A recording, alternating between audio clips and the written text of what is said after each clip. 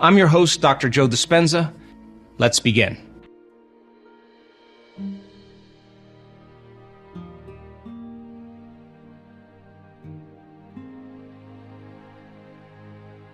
Okay, well, let's demystify it. I looked it up. I looked up the symbol. What does that symbol that represents meditation mean?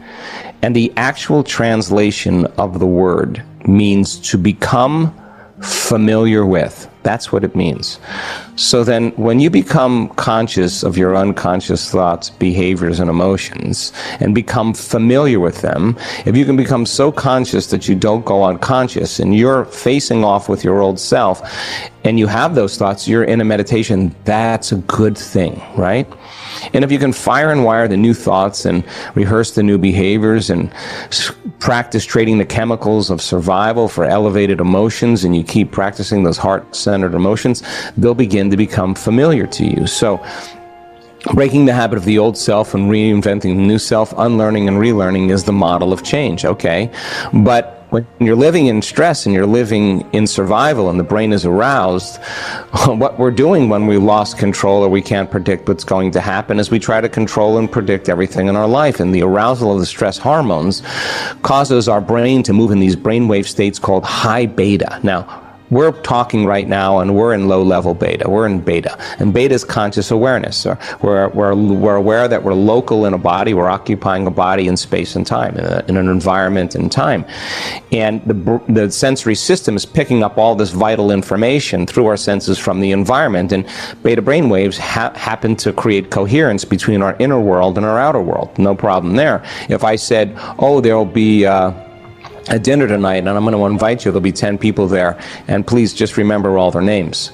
Your brain would kind of pick up into like a mid-range beta state. It's not a bad stress. It's just that you got to get a little bit, the light bulb gets a little brighter. You got to get a little bit more aware, a little bit more awake.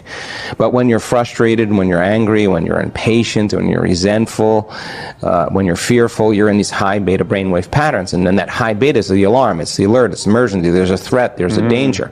So we shift our attention from one person, to another problem, to another meeting, to another thing, to another place, to the past. And every one of those circuits in our brain that are associated with everything we know in our life starts to light up out of order, like a lightning storm in the cloud, because our attention is shifting. Turns out the brain starts firing very incoherently, and we over-focus on things. Why? Because we don't want them to happen again. And so the arousal causes this incoherence in the brain, and when the brain is incoherent, we're incoherent. And the person in survival, the primitive system is saying, focus on matter, narrow your focus on the danger, focus on something material. And why does that happen? Because the senses heighten and we become materialists. So you're not going to be thinking about anything else if something's rustling in the bushes and it's dark. You're going to pay attention to that, right? So this kind of habituation of narrowing our focus or over-focusing becomes the common way people think when they're in survival. They think that's focus. So we said, okay, how are we going to teach people how to change waves? So what if they go from a narrow focus and focusing on objects in the material world to broadening their focus, or creating a divergent focus instead of a convergent focus, and opening their focus and focusing on nothing but space, nothing known, nothing material. And the act of sensing space tends to slow the brain waves down and start to suppress the analytical mind. When you're in survival, you're in stress, you're overly analytical. And our research shows that if you're analyzing yourself, and you're analyzing the problems in your life within that aroused emotional state, 100% of the time you'll make your brain worse. You'll drive it further into those high beta states, and that's like driving your sports car in first gear on the freeway. It just won't work in time.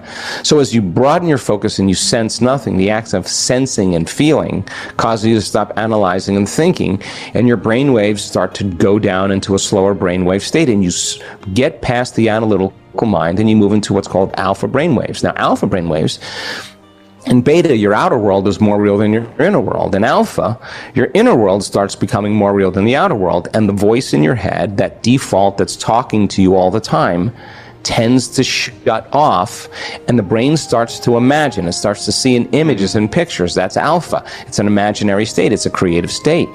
But when you're sensing space, what happens that's so unique is those different compartments of the brain that were subdivided when the person is sensing space not only moves into alpha, the brain starts to synchronize. The different communities of neurons that were firing out of order start to resonate in coherence and order, and the front of the brain is starting to resonate with both sides of the brain, and all of a sudden you're seeing more community of neurons coming together, and what syncs in the brain links in the brain. Now, when the person has coherent alpha brainwave patterns, now all of a sudden the brain becomes more integrated, and they can start to hold an image and focus or dream or imagine. We all do this when we're driving in the car on the freeway, okay? There's nothing wrong with that. But then if you can get your body to relax even further so that it's in a light sleep, that it feels so safe that it could actually rest in a light sleep while you're conscious and awake, relaxed and awake.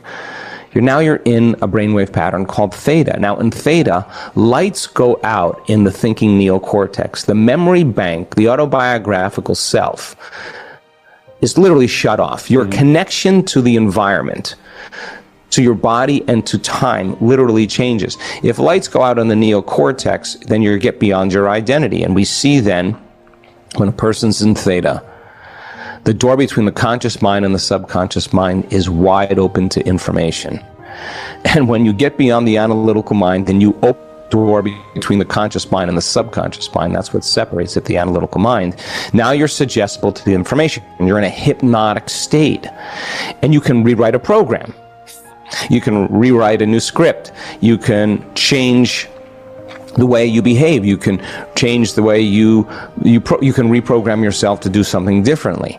And you can't do it in high beta because you're not in the operating system. You got to get beyond the conscious mind into the subconscious mind to rewrite those programs. So teaching people how to regulate and change their brainwaves is an important element. But what about the heart? Because to create a new future, it requires a clear intention and an elevated emotion. It is the fundamental quality of brain and heart coherence. So then can you practice breathing through your heart and practice regulating your heart and practice bringing up these elevated emotions and feel it with your heart? And our data suggests that if you place your attention on your heart and you just do that for a few minutes, you'll actually give the heart a very low frequency, and that very low frequency is indigenous to the energy of the heart. So the heart starts building a little energetic field.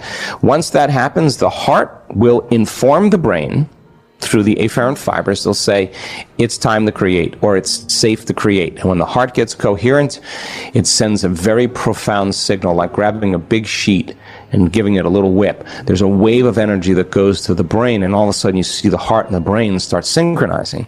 And now we're in a creative state. And the heart produces an external magnetic field that's up to 3 meters wide, and now we start feeling more whole. Now we feel like our future has already happened, and we're no longer looking for it.